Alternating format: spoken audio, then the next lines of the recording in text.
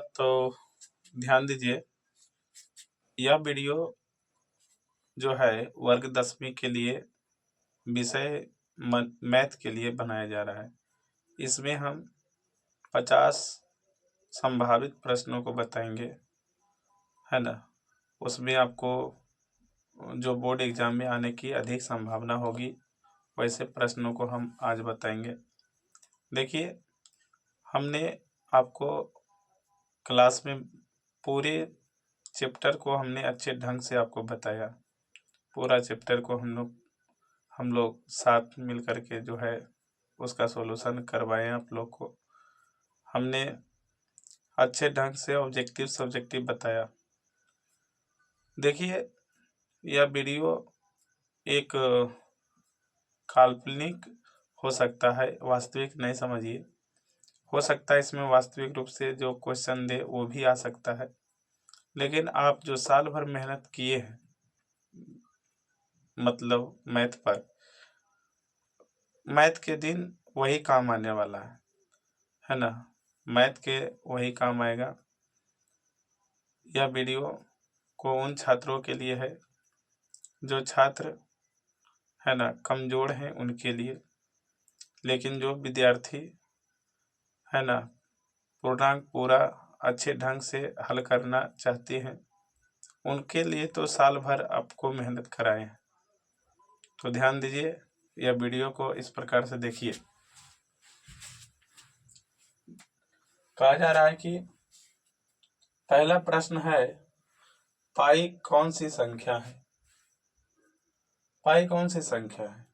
आपके पास ऑप्शन है, एक अपरिमेय संख्या, एक परिमेय संख्या, एक पूर्णांक संख्या, नन ऑफ दीज, इनमें से कोई नहीं। तो देखिए, पाई जो है प्राकृतिक रूप से यह अपरिमेय संख्या है। ध्यान दीजिए, यह एक अपरिमेय संख्या है। अब जो है कौन अपरिमेय संख्या है, इनमें से आपको 4 ऑप्शन दे देगा। कह देगा कौन अपरिमेय संख्या है। तो इसके लिए बाई ऑप्शन देखेंगे, सभी ऑप्शन पर नजर दौड़ाएंगे।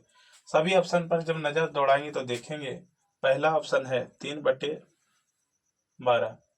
3/12 है, तो इसको अगर हम इसको हल आगे करके देखते हैं, है ना। 3 चौका 12, 4, ऊपर कितना बचा 1, नीचे बचा कितना 4।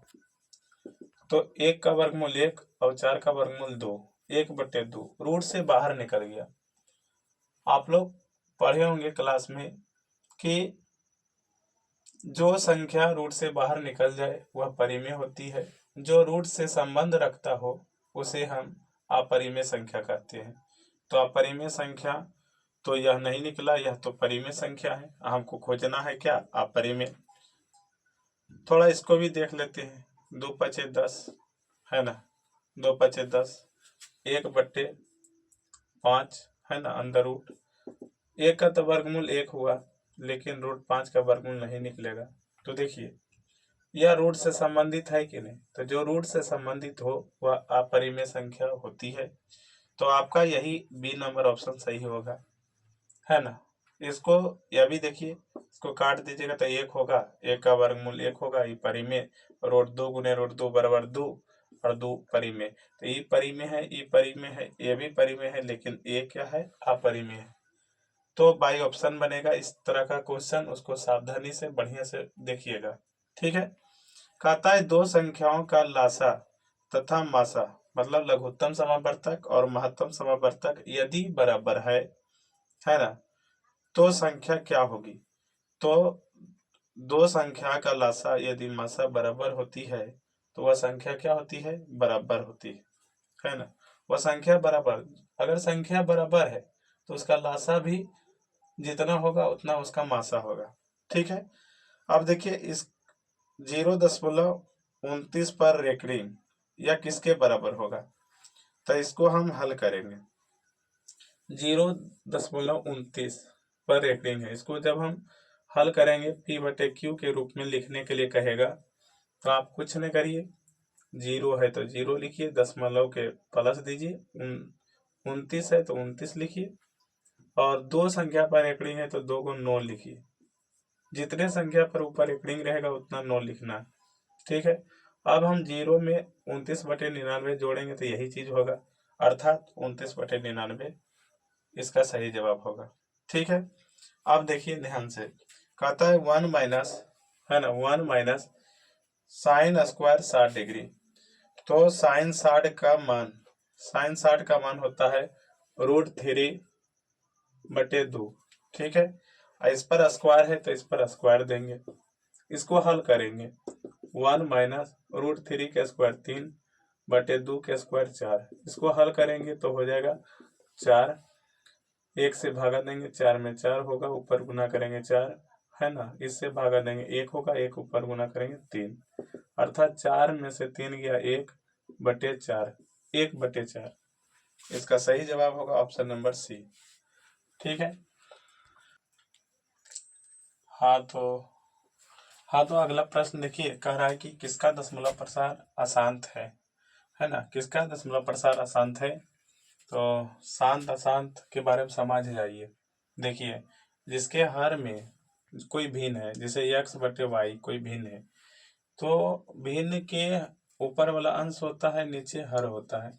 तो हर में, है ना, या तो 2 का गुणनफल हो हर में, या तो केवल 5 का गुणनफल हो, या तो दोनों का गुणनफल हो, तब वह शांत होता है। और इसके अलावा अन्य किसी का भी गुणनफल होगा तो वह अशांत होता है। ठीक है। तो ध्यान दें, यहाँ पर लिखा हुआ है चार ऑप्शन है, 5/8, 6/15, 19/512, 31/200, 343। तो देखिए, अगर आप ध्यान से देखें तो यहाँ पर 5/8, तो हमको अंश से मतलब नहीं है, हमको हर से मतलब है। तो हर में 2 दूना 4, 4 दूना 8, केवल 2 का गुणनफल है, तो ये तो शांत हो गया भाई, है ना। इसको देखो, काट रहा है तो काट के भी देखो, है ना। ये हो जाएगा 3 दूना 6, है ना, 3 दूना 6, 3×5 = 15, 2/5। इसके हर में भी देखिए 5 का गुणनफल है ना, या तो 2 या तो 5 या तो दोनों, इसके अलावा अन्य कोई भी आवे अशांत। तो 2/5, तो ध्यान दें 2/5 जो है वो शांत है। 19/512, आप 512 का गुणनखंड निकालिए, है ना, 512 का गुणनखंड निकालिए, तो आपको इसमें भी जो है सभी लगभग 2 से ही होगा, है ना। 2 से 512 में काटिए, है ना, तो कितना हो जाएगा, 2 दूना 4, घट के आया 1, आई हो जाएगा 2×5 10, घट के आया 1, 12, 256, फिर 256, यहाँ गुणनखंड निकाले चल जाइए। तो 2 से 512 में आपने लगाया, फिर 2 से आया कितना 256, फिर 128 होगा, है ना, 128 नहीं होगा, फिर उसके बाद फिर होगा कितना 64, फिर होगा कितना 32, फिर होगा कितना 16, फिर होगा 8, 4, 2 दूना 4, 2 एकम 2, मतलब सब 2 आया। तो ये भी क्या है, ये भी आपका क्या है, तो शांत है। अब बच गया ई बेचारा, अशांत होगा, लेकिन इसको भी आप चेक कर लीजिए, है ना, इसको भी आप कर लीजिएगा। ठीक है, तो इसको भी कर लीजिएगा, यही आपका क्या है, अशांत है।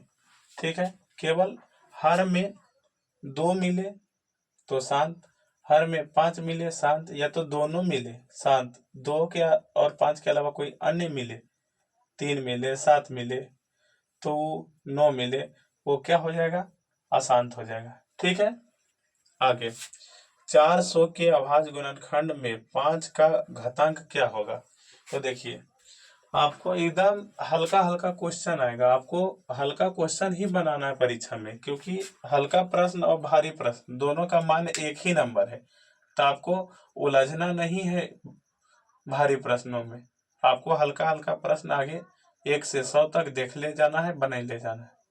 उसके बाद देख लेना है, बन गया 40 गो 35 गो बन गया, उसके बाद भारी प्रश्नों को हल करना है, उसके बाद बनाना है। देखिए आगे है 400 के अभाज्य गुणनखंड में 5 का घातांक। तो 400 का अभाज्य गुणनखंड निकालिएगा, है ना, 200, फिर 100, फिर 50, फिर कितना हो जाएगा ये 25, 5 5 25, 5 एकम 5।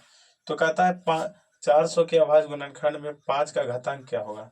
5 कई बार आया, 2 बार आया, 5 पर पावर 2, तो 2 घात होगा इसका 2। अब कह रहा है कि ध्यान दीजिए, अब क्या है कि 125 का अंदर रूट का है ना, रूट 125 का परिमेयकारी गुणांक क्या होगा। आप देखिए 125 को आप है ना तोड़िए, 5 5 25 25 25 से रूट से जोड़ा रहता है, बाहर निकल गया 5 रूट कितना 5, 5 रूट 5 होगा। ध्यान दीजिए है ना, 5 रूट 5, इसका सही जवाब होगा डी नंबर। हाँ तो देखिए गणित प्रश्न जो है उसको हल करने में सूत्र और उसका थ्योरी का बहुत बड़ा महत्वपूर्ण योगदान है। सूत्र और थ्योरी अगर जिसको कंप्लीट है वह पूर्णांक 100 अंक जरूर ला देंगे, है ना। हमारे बहुत सारे विद्यार्थी है ना जिन्होंने 95 प्लस लगभग बहुत सारा लाए हैं, कुछ विद्यार्थी 99 तक भी गए, 98 भी तक गए। तो थ्योरी और सूत्र जरूर याद होना चाहिए आपको, ठीक है। ध्यान दें तो सूत्र का जो परिचय दिया गया है क्लास की तरफ से, आप उसे जरूर याद कर लें, है ना। देखिए अगला प्रश्न कह रहा है कि रैखिक बहुपद में शून्यक है ना की संख्या क्या होती है ना, शून्यकों की संख्या क्या होती है। रैखिक बहुपद में शून्यकों की संख्या पूछा जा रहा है, शून्यकों की संख्या क्या होती है। तो रैखिक बहुपद में शून्यकों की संख्या, देखिए रैखिक बहुपद में घात 1 होता है, अगर कहेगा घात कितनी होती है तो 1 होते हैं, और शून्यक कितने होते हैं तो 1 होते हैं। अगर 2 घात है तो 2 शून्यक, 3 घात है तो 3 शून्यक, 1 घात है तो 1 शून्यक होगा, है। तो रैखिक बहुपद में शून्यकों की संख्या क्या होगी तो 1 होगी, ठीक है। कहता है किसी द्विघात बहुपद के शून्यकों का योग तथा गुणनफल क्रमशः 5 और 6 है तो द्विघात बहुपद क्या होगा। तो देखिए आपके पास दिया हुआ है योग, क्या दिया हुआ है योग, आपके पास दिया हुआ है गुणनफल, तो योग दिया हुआ है, सबसे पहले योग है तो योग 5 दिया है, तो शून्यक होते हैं अल्फा प्लस बीटा, है ना। एक अल्फा होता है, एक बीटा होता है, 2 शून्यक, ठीक है। अब कह रहा है शून्यकों का योग 5 है, तो अल्फा प्लस बीटा बराबर 5, ठीक है। कहता है कि गुणनफल आपका दिया हुआ है 6, तो अल्फा गुने बीटा बराबर कितना दिया हुआ है 6, तो क्या निकाले द्विघात बहुपद निकाले, द्विघात बहुपद निकाले। तो द्विघात बहुपद का सूत्र होता है ना x square minus alpha plus beta into x plus alpha गुने बीटा। ध्यान रहे तो x square minus alpha plus beta, alpha plus beta कितना है 5 है, तो 5 दे देंगे यहाँ पर, एक्स प्लस अल्फा गुने बीटा, अल्फा गुने बीटा कितना दिल है 6, तो 6 हो जाएगा। आपका बहुपद निकल गया, कितना निकला x square minus 5 x plus 6, है ना, यही इसका जवाब होगा, ठीक है। आगे बढ़े। हाँ तो अगला प्रश्न देखिए है ना, 11 नंबर कह रहा है कि y square minus 6 y plus 8 के शून्यक अल्फा तथा बीटा हो तो अल्फा गुने बीटा क्या होगा। तो देखिए अल्फा गुने जो बीटा होता है उसका सूत्र होता है माइनस, नहीं, अल्फा गुने बीटा का सूत्र होता है सी बाई ए, और अल्फा प्लस बीटा का सूत्र होता है माइनस बी बाई ए। इसको ध्यान में रखना है, अल्फा गुने बीटा का सूत्र होता है C by A, alpha plus beta का सूत्र होता है माइनस बी बाई ए। तो अल्फा गुने बीटा सी बाई ए, तो देखिए y square minus 6 y plus 8 दिया हुआ है, इसमें हमको कह रहा है अल्फा गुने बीटा का मान। तो देखिए आपको जो वाई स्क्वायर में गुना है ना, वो ए है ना, चिन्ह सहित ए है, और जो y में गुना है वो चिन्ह सहित क्या है b है, और जो किसी में न गुना है वो चिन्ह सहित c है, ठीक है। y स्क्वायर में कुछ न गुना है तो 1 है। तो देखिए यहाँ पर लिखा हुआ है अल्फा गुने बीटा का मान अर्थात c बाई ए निकालना है, c कितना है 8 है, ठीक है, और a कितना है 1 है। 1 हो जाएगा, 8/1 अर्थात 8 आंसर। ठीक है, ऑप्शन नंबर ए। अब आगे देखिए, अब यहाँ दिया हुआ है बहुपद f(x) इतना है, तो -1 का मान बताइए। तो देखिए आपके पास दिया हुआ है f(x) बराबर 3x² -7x प्लस 2। यहाँ पर आपके पास जो है -1 का मान निकालना है, f -1 का मान। जहाँ जहाँ x है वहाँ -1 रखिए, तो यहाँ हो जाएगा 3 गुने -1 के स्क्वायर -7 गुने -1 प्लस 2। यहाँ हो जाएगा 3 गुने -1 के स्क्वायर प्लस 1 माइनस गुने माइनस प्लस 7, 7 गुने 1 7 हुआ प्लस 2। यहाँ हो जाएगा 3 गुने 1 3, 3 और 7 10, 2 12, 12 इसका सही जवाब होगा, बी नंबर। ठीक है, अब आगे देखिए, ध्यान से आगे देखिएगा। आगे है x² -3 के शून्य क्या होंगे। तो x² -3 के शून्य खोज रहा है, शून्य बराबर 0 दे देना है। अब x² बराबर -3 उधर जाएगा, +3 हो जाएगा। केवल x बराबर क्या होगा, √3 होगा, और चिन्ह सहित प्लस माइनस √3 होगा, है ना। तो एक बार प्लस में √3 और एक बार माइनस में √3 होगा, ऑप्शन नंबर बी। देखिए ध्यान दीजिए, इस पर ध्यान दीजिएगा, चिन्ह प्लस माइनस वाला पर ध्यान दीजिएगा। यहाँ देखिए दोनों √3 है, ठीक है, तो प्लस माइनस √3 होगा। ठीक है, अब आगे है आपके पास, ध्यान दें, आपके पास है समीकरण निकाय इतना x + 2y = 3 और इतना के अनगिनत हल है, तो के का मान ज्ञात करें। देखिए यदि आप लोग जानते होंगे, है ना, 3 चीज पर ध्यान दें, समपाती, अनगिनत हल, अनगिनत हल जिसका समीकरण होता है a1/a2 बराबर b1/b2 बराबर c1/c2। एक होता है समांतर, समांतर जिसका कोई हल नहीं होता है, कोई हल नहीं होता है, जिसका सूत्र होता है a1/a2 बराबर b1/b2, है ना, बराबर नहीं है c1/c2। एक होता है प्रतिच्छेदी, है ना, प्रतिच्छेदी जिसका सूत्र होता है a1/a2 बराबर नहीं है b1/b2 बराबर है c1/c2।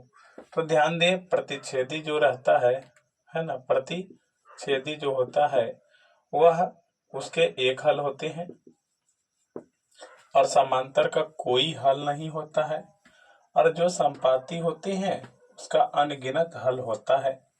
तो हमको कह रहा है कि यह अनगिनत हल का फॉलो कर रहा है, अनगिनत हल है, तो के का मान ज्ञात करें। तो देखिए इसको एकदम याद रखिएगा, परीक्षा में इससे संबंधित क्वेश्चन आ सकते हैं, या तो डायरेक्ट आ सकते हैं, सूत्र ऑब्जेक्टिव में सूत्र पूछ देंगे, या तो आपको इस तरीका का बनाने के लिए कहा जा सकता है। ठीक है, दिया हुआ है के का मान निकालना है। तो देखिए हमको कह रहा है अनगिनत हल, तो हमको इस हमसे अभी मतलब नहीं है, हमको अनगिनत हल के सूत्र पर लाना है। यह लिखा हुआ है 5x, है ना, प्लस क्या है ky बराबर 15। एक समीकरण है ना, पहला समीकरण है 2x x प्लस 2y बराबर 3, और एक समीकरण है 5x प्लस ky बराबर 15। तो देखिए जो पहला समीकरण में गुना है वो x में गुना है 1, अर्थ कुछ नहीं गुना है तो 1 है, वो है a1, है ना, x में जो गुना है a1 है, और जो y में गुना है a2 है, चिन्ह सहित। अगर इसको इधर भी ला सकते हैं या तो इधर रखिए, कोई दिक्कत नहीं है। तो ये हो गया आपका क्या, ये हो गया c1। अब इसको ध्यान दीजिए, ये है आपका कौन सी, ये आपका है a2, और ये है आपका b2, और ये आपका है c2। हमको A1/A2, B1/B2, C1/C2 के रूप में लिखना है। तो A1/A2, A1 कितना 1, A2 कितना 5, फिर B1 कितना 2, B2 कितना K, C1 कितना 3, C2 कितना 15। आपको क्या निकालना है? K का मान ज्ञात करना है। या तो आप ई दोनों को बराबर करके K ला दीजिए, या तो आप ई दोनों को बराबर करके K ला दीजिए। दोनों तरफ से सेम आएगा आंसर। 2/K बराबर 3/15, 3×5=15। ठीक है, अब गुना करिए। यहाँ एक बचा, 1 K गुने 1 K हुआ, 2 गुने 5 1 दूना 10 हुआ, K बराबर 10 है ना। इसका आंसर होगा, ऑप्शन नहीं लिख पाए, K बराबर 10 होगा। आप इस तरीका से आप बना सकते हैं। ठीक है, आगे देखिए। हाँ तो देखिए आगे 15 नंबर क्वेश्चन देखिए। 15 नंबर प्रश्न कहता है कि समीकरण 3x² माइनस 18x प्लस 6 बराबर 0 के मूलों का योग क्या होगा। तो मूलों का योग, दो मूल होते हैं द्विघात समीकरण का, अल्फा और बीटा का योग बराबर सूत्र होता है -b/a। तो ध्यान दें, हमने बताया जो x² में गुना है वो a है, जो x में गुना है चिन्ह सहित b है, और जो किसी में नहीं गुना है चिन्ह सहित c है। तो हमको -b के स्थान पर आपको क्या है -18, -18/a के स्थान पर आपको 3 है तो 3 देनी है। माइनस को माइनस प्लस 18 प्लस 18/3, 3 6 18, 6 इसका जवाब होगा। तो +6 ऑप्शन नंबर डी। ठीक है, आगे देखें। आगे कह रहा है समांतर श्रेणी 1/2, 1 3/2 12, सॉरी 12 नहीं, लगभग ये 2 है, का 15वां पद क्या होगा। तो देखिए आपको 15वां पद ज्ञात करने कह रही है। तो देखिए आपको जो है कितना भी पद कहे, आपको दो चीज मालूम होना चाहिए, ए मालूम होना चाहिए और डी मालूम होना चाहिए। ए आपके पास दिया हुआ 1/2 और डी निकालनी है। डी निकलता कैसे, डी को कहते ए मतलब प्रथम पद, डी मतलब सार्वंतर। सार्वंतर कब निकलता है, दूसरा पद में पहला पद को घटाने से। तो दूसरा पद 1, पहला पद 1/2। तो आप 1 में 1/2 घटाइएगा तो 1/2 होगा।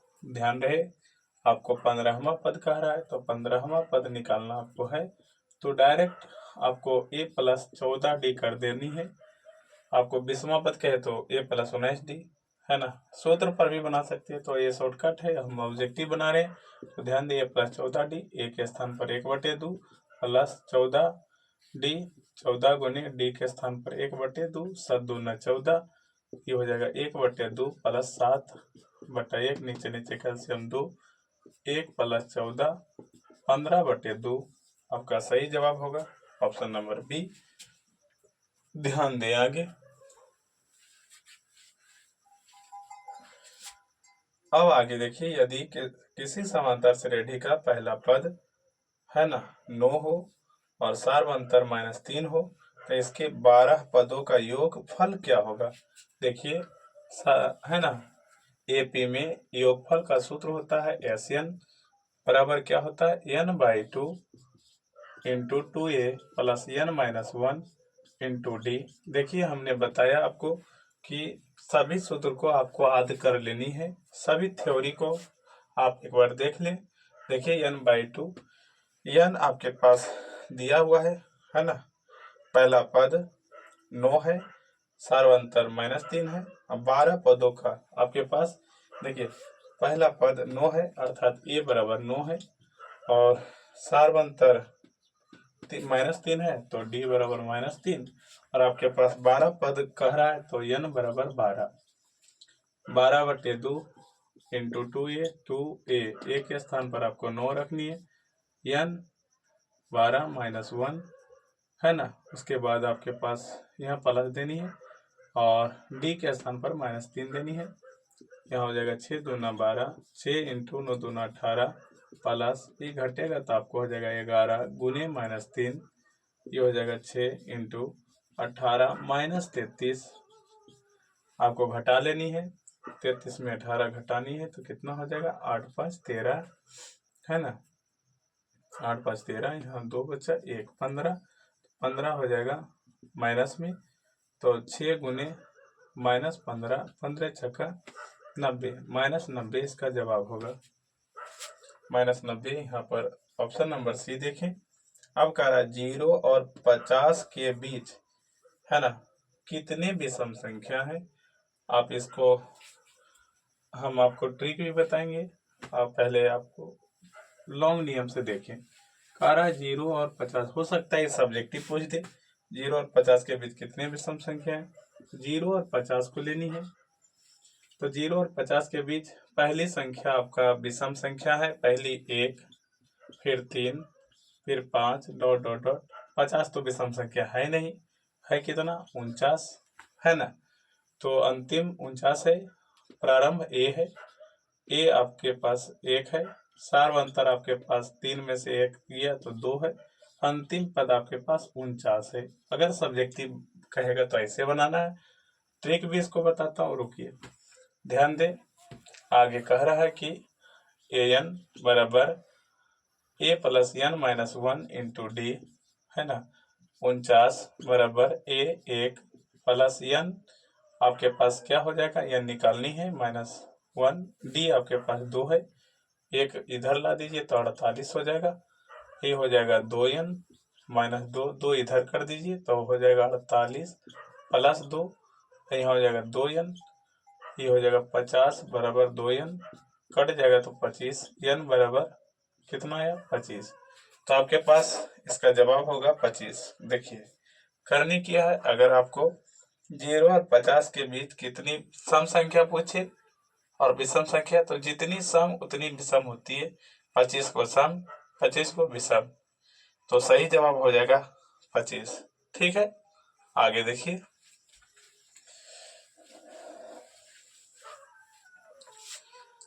आगे आपको कह रहा है कि समांतर श्रेणी में 51, 48, 45 और 6 में पदों की संख्या क्या होगा।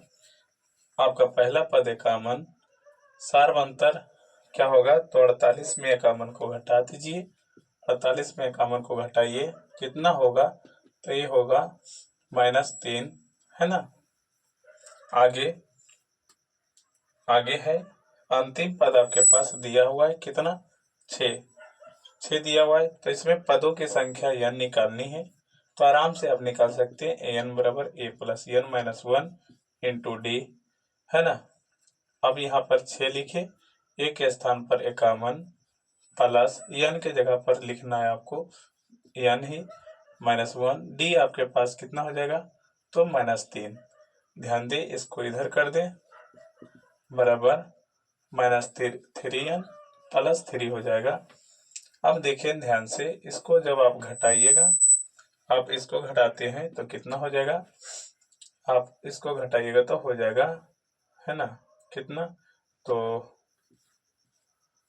45 हो जाएगा, -45, ठीक है, -45 हो जाएगा। अब इसको आप इधर अगर कर देते हैं तो -3 हो जाएगा, है ना, +3 -3 हो जाएगा, ये माइनस कितना हो जाएगा 3n। जब इसको आप घटाइए, मतलब -45 -3 जब जुटेगा -48 हो जाएगा, और -3n, माइनस माइनस कट गया, है ना। आपको काटनी है, 3 को इसमें बटा कर दीजिए, है ना। तो n बराबर हो जाएगा कितना, 16 3 48, 16 हो जाएगा n बराबर, ठीक है। तो जवाब में 16 इसको मारना है, ठीक है। आगे देखिए। हाँ तो देखिए आगे कह रहा है कि समकोण त्रिभुज ए बी सी में, है ना, बी 90 डिग्री है। आप एक समकोण त्रिभुज बनाइए, है ना, ए बी सी, जिसमें बी 90 डिग्री देना है ना, 90 डिग्री। उसमें कह रहा है कि ए बी आपके पास कितना है, √15 सेंटीमीटर, और बी सी 1 सेंटीमीटर, ठीक है। और आपके पास ए सी है 4 सेंटीमीटर, ठीक है।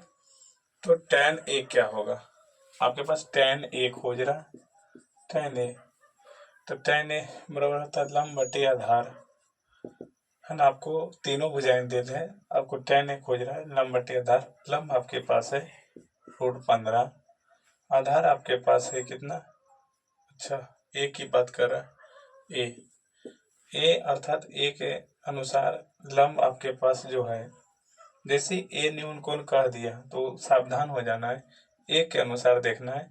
ए के अनुसार लंब है 1 सेंटीमीटर और आधार है आपके पास √15, है ना, सेंटीमीटर। सेंटीमीटर से सेंटीमीटर कटा 1/√15 इसका जवाब होगा। तो 1/√15 कहाँ है, ऑप्शन नंबर सी में है ना। इस तरीका से आपको बनाना है। आगे देखिए,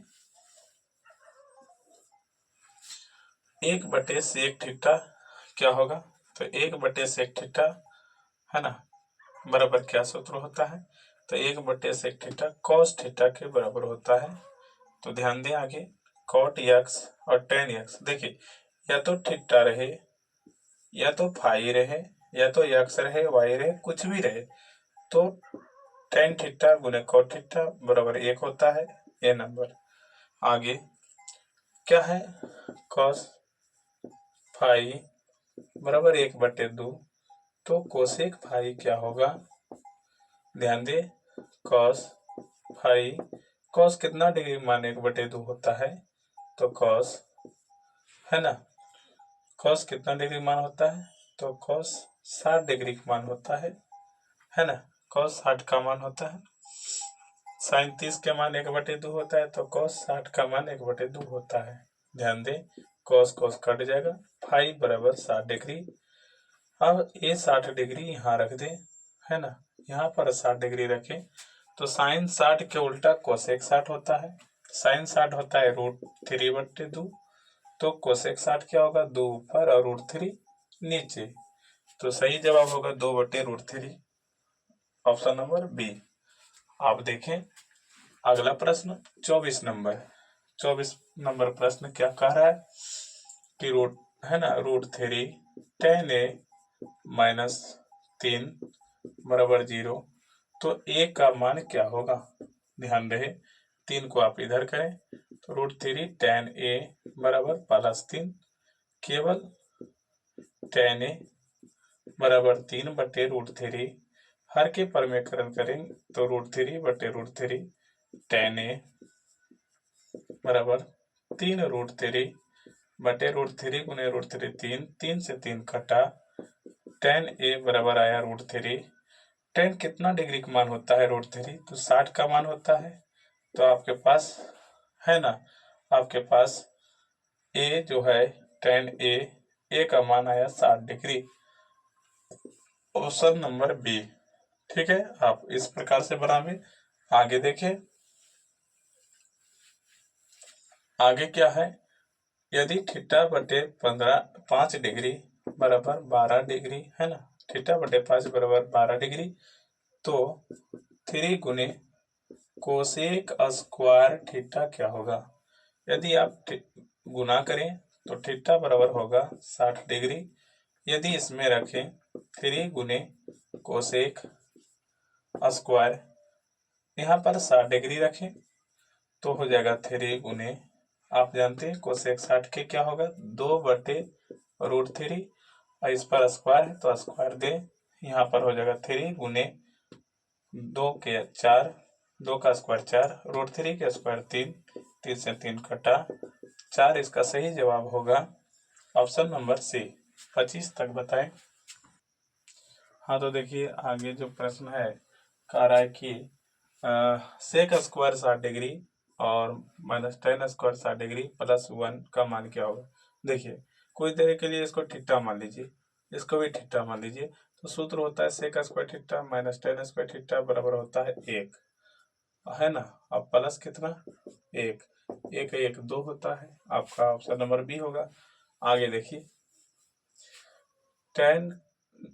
cot 90 डिग्री माइनस ए, अगर थीटा मान ले तो cot 90 degree minus theta tan theta होता है, तो ठीक उसी प्रकार से cot 90 डिग्री माइनस ए बराबर tan ए होगा, ऑप्शन नंबर डी। देखिए पूरक कोण वाला सब हाथ रखिए, है ना, आपको दिया हुआ है कि 2 गुने tan 30 का मान होता है 1/√3, ठीक है, बटे और 1 प्लस tan 30 का मान होता है 1/√3। स्क्वायर है, इस पर स्क्वायर दे दीजिए। आगे देखिए ऊपर हो जाएगा 2/√3 बटे 1 प्लस 1 का स्क्वायर 1/3 बटा 1 करें, है ना। 2/√3 भागा, यहाँ पर इसको हल करिएगा तो ये हो जाएगा 3, है ना। ये हो जाएगा 4/3, ठीक है।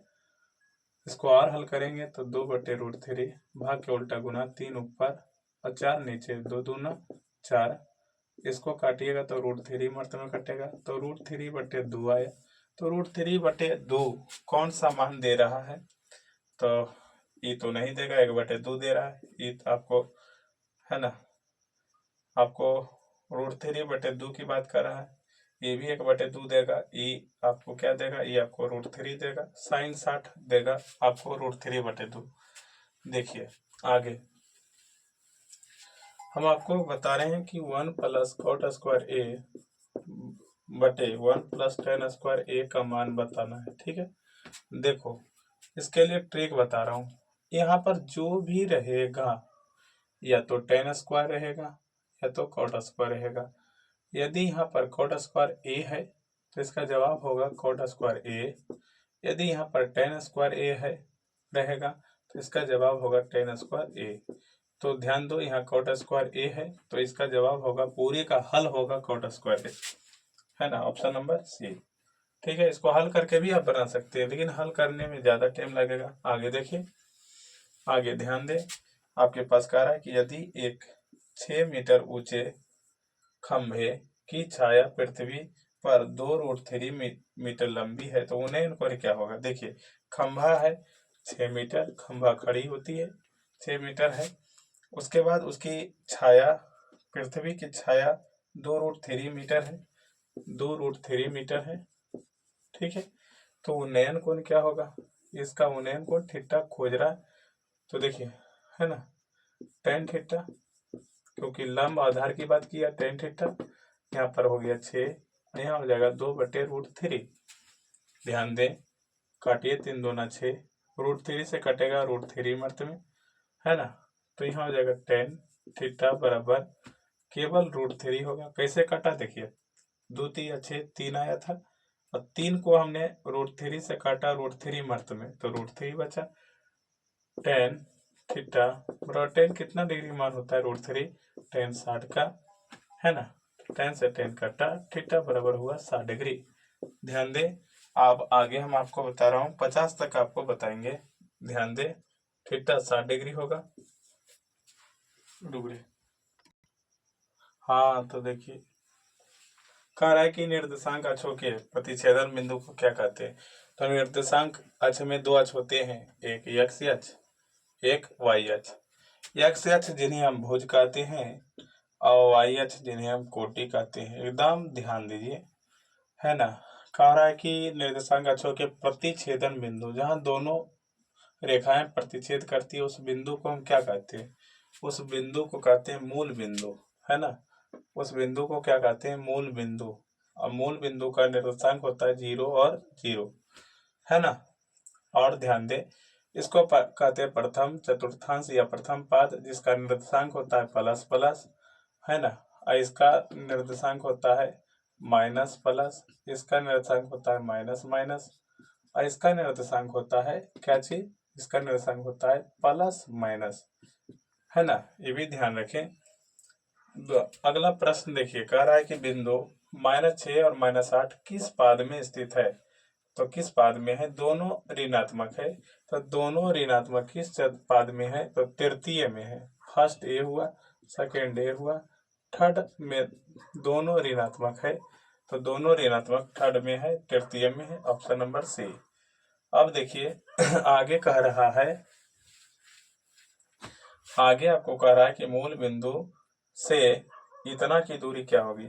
यदि आपको कहे मूल बिंदु से दूरी, है ना, आपको कहे मूल बिंदु से दूरी, तो आप डायरेक्ट क्या करें, है ना, डायरेक्ट सूत्र लगा दें, x² plus y² under root x के स्थान पर आपको क्या है?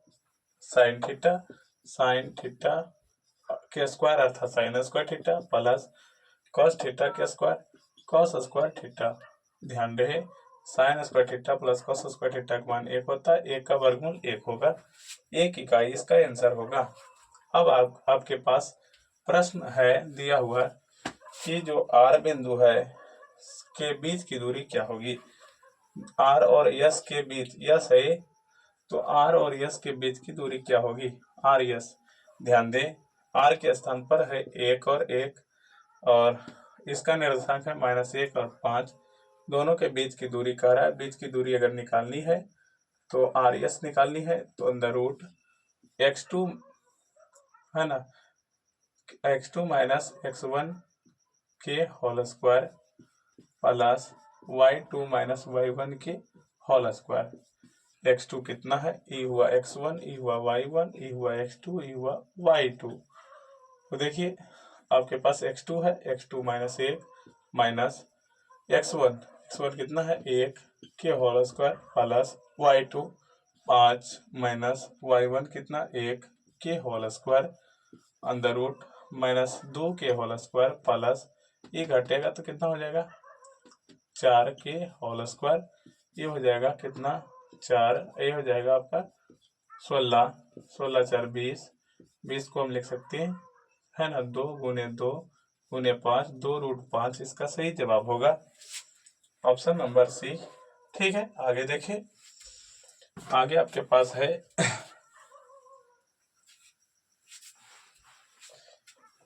आगे कह रहा है कि रेखा y बराबर 8 आलेख किस बिंदु से होकर जाएगी। देखिए y बराबर 8 जो है वह किस बिंदु से होकर जाएगी। अगर y दिया हुआ है तो इसका मतलब x 0 है ना, x क्या है 0 है, तो 0 और 8 बिंदु से होकर गुजरेगी। x पहले शुरू होता है, y पीछे होता है, तो अगर y h पर है तो x 0 है, तो x 0 है, y 8 है, तो 0 8 इसका सही जवाब होगा ऑप्शन नंबर सी। आगे देखें, हाँ तो देखिए आगे कह रहा कि कौन सा बिंदु है ना प्रथम चतुर्थांश में होगा। तो प्रथम चतुर्थांश का निर्देशांक होता है प्लस प्लस, तो प्लस प्लस कौन है, तो पहला ऑप्शन प्लस प्लस है। देखिए ए भी प्लस में, ए भी प्लस में, बाकी ये सभी माइनस में है, प्लस प्लस प्रथम चतुर्थांश का है। अब आगे देखिए, आगे है कि बिंदु इतना से y अक्ष से लंबवत क्या होगा, 5 और 6 y अक्ष से लंबवत, y अक्ष से दूरी खोज रहा है, y अक्ष से। देखो अगर कहेगा y अक्ष से दूरी, y अक्ष से दूरी तो y वाला को ढक देना है, तो क्या बचा 5, तो 5 इसका जवाब होगा। अगर कहेगा x अक्ष से दूरी तो x वाला को ढक देना है, तो ऑप्शन 6 हो जाएगा। तो लेकिन y अक्ष से कह रहा है तो y को ढकना है, तो क्या आंसर होगा 5, तो 5 इकाई ऑप्शन नंबर ए। ठीक है आगे देखें, कह रहा है कि इतना निर्देशांक यम है, यम निर्देशांक -2 और 10 है, यम निर्देशांक -8 और 14 है के बीच की दूरी कह रहा है। तो बीच की दूरी मध्य बिंदु निकालने का रहा है, तो x बराबर होता है x1 प्लस x2 बटे 2 और y बराबर होता है y1 प्लस y2 बटे 2। x1 आपके पास a है, y1 a है, x2 a है, y2 a है। ध्यान रहे x1 plus x2, x1 -2 plus x2 कितना है -8 बटे 2, -2 -8 -10 बटे 2, 1 दूना 10 -5। अब इसमें अगर हम देखें y1 y2 तो 10 प्लस y2 कितना 14 बटे 2, 24 बटे 2 कितना हो जाएगा 12। तो ध्यान रहे अगर हम -5 और 12 देखें, -5 और 12 कहाँ है ना, -5 और 12 ऑप्शन नंबर सी में है। आगे अब आपके पास दिया गया है कि बिंदुओं ए बी सी से त्रिभुज बनता है, तो त्रिभुज का क्षेत्रफल क्या है। यह निर्देशांक ज्यामिति के त्रिभुज है। ध्यान रहे इसमें 3 निर्देशांक दिया हुआ है, एक 0 8 और आपके पास 6 12, ठीक है। आपके पास फिर दिया हुआ -16 -4 -16 -4, ठीक है। और है ना, 6 12 हो गया। अब आपके पास क्षेत्रफल का रहा। देखिए क्षेत्रफल निकालने के लिए आप सूत्र याद रखें। नहीं भी सूत्र याद है तो आप सूत्र कैसे लिख सकते हैं। देखिए आप लिखिए 1/2 इंटू कर दीजिए। आप लिखिए x1 x2 x3 लिखिए, फिर घेर दिए। उसके बाद आप y लिखिए y लिखिए y लिखिए y लिखिए y लिखिए y लिखिए, यहाँ प्लस दे यहाँ प्लस दे। अब है ना, अब ट्रिक याद रखें 23 31 12, अब बीच में माइनस माइनस माइनस दे दे। आपका सूत्र निर्माण हो गया। देखिए ये हो गया x1 y1 x2 y2 x3 y3। अब इसका मान बारी बारी से रख दें। रखने के बाद कैलकुलेशन अच्छा से करें। हल जो भी आएगा इसमें हल इसका क्या होगा, आप आगे हल करिएगा तो ऑप्शन नंबर बी आपका सही जवाब होगा। 8 इसका सही जवाब होगा। आप हल करके देख ले, है ना। आगे देखें, समय का अभाव है, जल्दी हमको सभी बताना है। आप इसको सीख गए कि कैसे बनाना है। देखिए त्रिभुज एबीसी में ए और सी, त्रिभुज एबीसी की बात करा ए, है ना, बी और सी। देखिए कोई अलग त्रिभुज है ए बी सी। अब कह रहा है कि इसमें 2 कोण दिया हुआ है जिसका वैल्यू है 2 कोण ए प्लस सी का वैल्यू है कितना।